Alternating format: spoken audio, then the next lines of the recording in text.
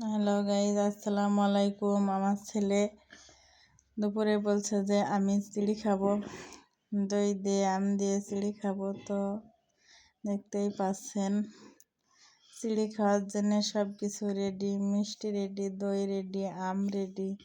চিড়ি ধুয়ে নিলাম, ধোয়া হয়ে গেছে, এবার প্লেটে তুলে দিলাম।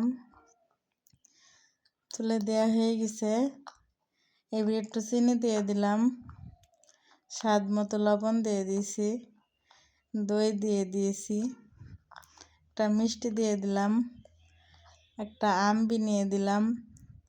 এবার ভালো করে মাখিয়ে দিচ্ছি।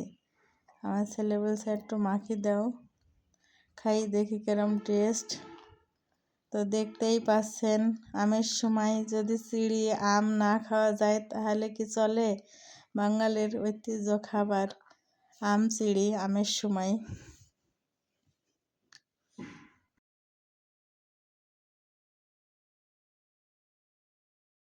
ছেলে খাচ্ছে, দেখতেই পাচ্ছেন। এটা অসাধারণ হয়েছে, কে কে খাবেন? খাবেন। এটা ভালো লাগলো।